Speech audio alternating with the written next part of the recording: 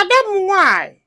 mere mụ na nne ya ife ifele. In fact, Adam nwanyị ife o mere anyị mma nlofu ya elofu. Mana mama nsi no fault ya o. Nga si no fault ya kona mama nsi no fault ya. Like I don't know. Until una know the full story. Kunu we gwa anyị onye unu uche ọ bụ fault ya. Ịghọtara na di m anụ nwanne ekwu maka ya na-alụ ọlụ na gọọmenti ifefa na-alụ bụ ịmara ndị a ga-aba alụsị ụlọ ọ bụ na ijere rejista wee lụọ ụlọ fa bịa n'ụlọ gị denye stop working nke nwa come and see us sometimes fa akwatusie ụlọ nọ ife die na-alụ ọsị m nne na mgbe afọ na o nwere ife nwere isi ya na-alụ o ọsị m die na-alụ ọlụ ịmaga onu a na-ejifu ụgwọ ife na-esilife ike na enyi nwoke one of enyi nwoke nke ya na ya na-abụ dị very close na-ele anụ o ọ na-egbu efi na-ele ọsị m mgbe afọ na-achọ ije afịa ya lụ onye akwụlụ na-achọ ka ya convince enye ka onye ti ya ịmaga onwe nta aka nye ya anụ mọda na ego onye ji o bi na-enyi die mgbe ụfọdụ onye asị awepụrụ biskit bon ịmagolu wee gajuo ofe duto na ada akwụ die ụgwọ o wee lụọ one day ejiji afịa dụlụ adị ya nwaanyị lụọ that day this man gburisi anụ nyi ọ narị ego ya sị na wow ịmaga ọnụ olukwe bosi ọzọ nye dukwelu the girl jebekwe the same thing nya wee chema this man ebela ụmụaka ọ na-eme ịmagonu maka na ọma condition dị ụdị ife anwa o ji enyelufe anụ free ọ daa nazife ego nya jijizie edula adị ya nwaanyị na-eje mgbe ụfọdụ nye edulu onwe ya nwoke na-eje ọ fụrụ afa onyefe anụ free mana onye a na-edukeli eje afịa bụ adị ya nwaanyị ịmagonu ị ga-akụzisila ụmụ nwaanyị ifefa kwesịrị ịma ma how to shop and cook so adị ya nwaanyị na-agụ akwụkwọ na secondary school dị nso ebe afọ ya ọdara na ya adụ n'akụkụ befel o wee jụọ anya sị kedu ebe ọ na-agụ akwụkwọ ọgwụ ya wiche ọma bụ mana ọ chọrọ ka ọrịa shọkụ ya ọsị m nne na nwere ka si nwaanyị di ya this man bịazịa o jebe na skuul ebe adị ya nwaanyị na-agụ akwụkwọ olu osisi kpọrọ anya na papia zili ozi ka zie nye kpọpụta adị ya nwaanyị this man wee saba adị ya nwaanyị isi sagide sasịa wee gbatuo nwa wee tụba nwa ime ọsị bụ na nwa anọgide na-aka nka n'ike ndị mmadụ na-asị hey ka ezi ụdị nka nwa na-aka iru niile pimpụ nwa kwụrụ ọtọ kaja ọtakịrị 15 years kwụrụ ọtọ kajasịa ịbụ nne nye ebe sie kekwa n'ife a ga-ebe ya mụrọ papia wee batanya wee kọbalị akọsịalị ọsị m na papia bela alịlị na ife wutekesịlị papia bụ na enyi nwoke na-enyi nwoke ọsị m this man anya wee nwuo onye red tinyelu ihe ndị gọọmenti na-eme ihe a frustrate this man wee jebe n'afịa wee lụọ sị na ya bịara ige anụ the man wee nye ya anụ magolo na-egbulili anụ ọsị na onwe ife a chọrọ egwu ọsị kedu ihe ọsị na adị ya nwaanyị dị ime mgbe afọ adị ya nwaanyị agwagokwu ya na ọnya nwadọbali ya ime osi etu na-eme na-egbuli anụ focus ọ na-egbuli anụ na-egbulisi anụ ike ọsị na onwe ihe a chọrọ egwu ya ka o mesieli anụ na-ekechili anụ na-edobe mana ịbịa n'ebe a na-ele anụ na a na-enwesị mma o nwere nke bụ nnekwu mma eji egbu nke ọkpụkpụ dona ya nwee nke bụ nke pelele eji ebebi nke ụlọ dona ya ọsị m nne di wee mere mma wee sị ya eni ya kwuru na ya jideta onye tụbara adị ya nwaanyị ime ya ga-egbufi aka dị mana ka na-atọ ọnụ ka ọ na-anya anya o were mma afọ eji egbu a na-eja n'aka gbufie mkpụlaka na agba ihe afịọ wụọ ndị ọzọ niile gbata dị man die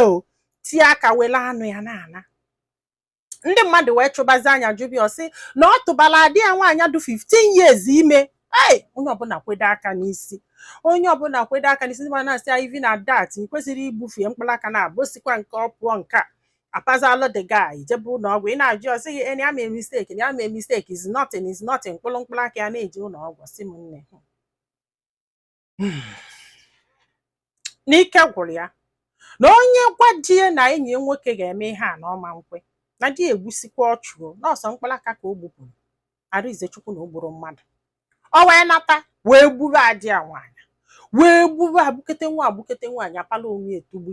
nwa eme nwụrụ na si aka m ya anya gbuo ofe na abụ bifo wee hapụ nwa si ya n'iwu na ọ ga-eje wee nụba that man ya wee sị ka ọ ga-esi wee jenụ nwoke o bufugoro mkpụrụaka na abụ na ọ ga-egburi ya nwa ịma na nkwuketa ụfọdụ nchezi ụfọdụ maka na ịmago ihe a bụ story mmadụ that's why unu ji afọsịlị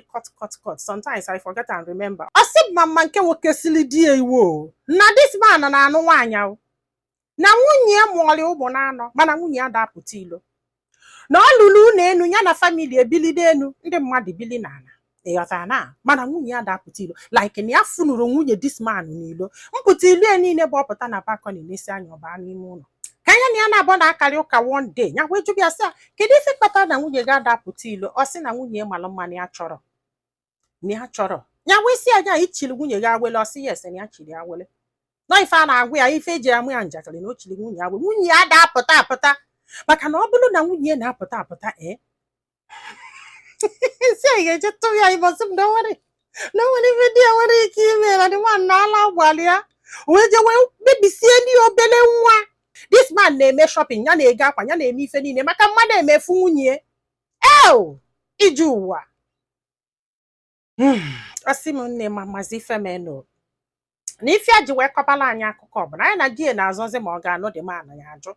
ma ọ ga-anụ dị mana ya ajụ oluo one day die pụọ onye edulu nwa ya pụọ jee wepụ nwa afọ ya je wepie n'okwerie obere nwa 15 years mba na ọ ga-emebili ya nwa nwatakịrị aka afụrụ ụzọ so di ya wee nata ya na ya na-abọ wee na-ekwuzi ya si after all na ya na nwa ya kpazi anya gwa nwa ya anya si ya na ya pụtara magolofụba na ọbala nna anyị bie pia gbata ọsị ya na ọpụgo papa ya si ya ngwa ka ejebe ụlọ ọgwụ mama ya si anya chegodolu nwa obele oluzie echi niile ha jebe ụlọ ọgwụ lu asị na ọpụgo ọsị m nne na ife a ji wee kọbala anyị akụkọ ọbụla sinsi ya mere ihe na ya na-efile so gị na-ekpe ekpele na-egbogo na-egbede na di ya nwara ife ya meluo tata ya ka na-ezu ezoluo tata n'ọsọsọ ya na-adị ya nwaanyị mana still na ya na-efile gị ya wee chọọ ka ya malife ndị mmadụ ya kwesịrị ị na-efile gị na ya mana ya mere njọ n'ọbala ka ya wupụlo mana still ya ka agba nwoke ya nkịtị ka ọ kwalụ nwa ya 15 years old nwa ya kwanyela agadi nwoke na-anụ nwaanyị ekwere ka nwunye ya pụta ogbugo di egbu who knows amụrụkwana m ife ga-agwa gị ike gwụrụ bụ ndị gbujisiri m aka na ụkwụ jidete fuchọ nwa mmadụ ka okenye dọba n'ala nsị ya na ịgbago na ụfọdụ na-emesi mụọ ha mụsịa ịgbago na arapụrụ nne gị gbakwa ọsị bụ dị amaala bọta ihe a bụrụ ihe a ga-eme nwakwa ebe ha na-strọgụl so much den ya ji eje ayọla anụ n'aka ọda na mana kịta ife niile adụgo mma maka na di ebiazi kwụsị dị ọlụ bebezie biznes everything is good na but still dị aka na-efili guilty ife ya mere nye kwesịrị ị na-efili guilty ọ bụrụ na ya kwesịrị ị na-efili guilty o nwere ife ya nwere ike ime just to gain full forgiveness Chineke ike gwụrụ abụrụ m ife m ga-agwa gị nne m maka na ọbala ka iwufụla I don't know na ma bụrụ chukwu maka obi gị si wee do ifu nwoke afọ nya alụlụ a na ga-amụ ya akpa susu onye ọnụ ofu mbọsị ọ ga-eme nke eji agbụ ya ọtọ ịmara gbụ ya ọtọ nya akwụgharị anya ogologo ebe ndị mmadụ nọ ifele megburie ozo nke n'ime ụlọ mebie nke enyi ya nwoke is not a good friend nwa enyi gị nwoke fọsasị anya a sị na ifu this man very huge tall ife ya ike gwụlụ onwekwe nnọọ ihe mmadụ ga-emelụ mmadụ without asking for anything nothing goes for nothing ndụ na be anyị dị too much fiakwa ndị be anyị daalụ nọ ka ọ dị n'ụbọchị ọzọ